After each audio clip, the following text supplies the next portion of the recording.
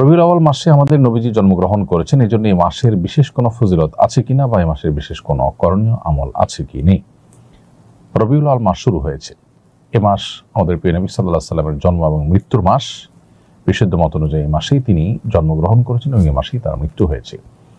তো সেই কারণে এই মাসটি বিশেষ তাৎপর্যপূর্ণ, সেটি বলবার অপেক্ষা রাখে না যে যে মাসে নবী সাল্লাল্লাহু আলাইহি সাল্লামের জন্ম এবং মৃত্যু হয়েছে সে মাসটি যে বিশেষ তাৎপর্য রাখে সেটি খুবই স্বাভাবিক, যেটি গুরুত্বপূর্ণ মাস। কিন্তু এর বিশেষ কোনো ফজিলত, পৃথক অন্য মাসের থেকে এর আলাদা কোনো মর্যাদা এবং এই মাস উপলক্ষে বিশেষ কোনো করণীয় আমলের কথা কোরআন অথবা সুন্নাহ আমাদেরকে কোনোভাবেই নির্দেশ করেনি। অতএব নবী সাল্লাল্লাহু আলাইহি সাল্লামের জন্ম মাস বা তার ওফাতের মাস হিসেবে এই মাসটি আমাদেরকে হয়তো নবী সাল্লাল্লাহু আলাইহি সাল্লামের কথা স্মরণ করিয়ে দেয়, তার দুনিয়াতে আগমনের কথা, তার ওফাতের কথা আমাদেরকে স্মরণ করিয়ে দেয়। কিন্তু তাই বলে এই মাস উপলক্ষে আমাদের কোনো করণীয় নির্ধারণ কোরআন হাদিস আমাদের জন্য করেনি। সেই জায়গা থেকে আমাদের এই মাসকে কেন্দ্র করে নিজেরা কোনো আমল বানিয়ে নিলে সেটি বরং বিদআতে পর্যবসিত হতে পারে, সেদিকটি আমাদের খেয়াল রাখতে হবে।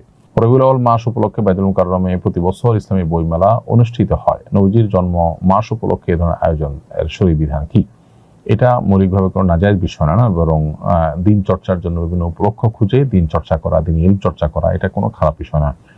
রবিউল আউয়াল উপলক্ষে কোনো ইবাদত উদ্ভাবন করা না যায়। বইমেলা এটা কোনো ইবাদত নয় যে এটাকে উদ্ভাবন করা হলো বা এটাকে আপনার পালন করা হলো, যেটা ইবাদত এর নামে করার কারণে সেটি বেদাতে পরিগণিত হবে, এরকম বিষয় নয়।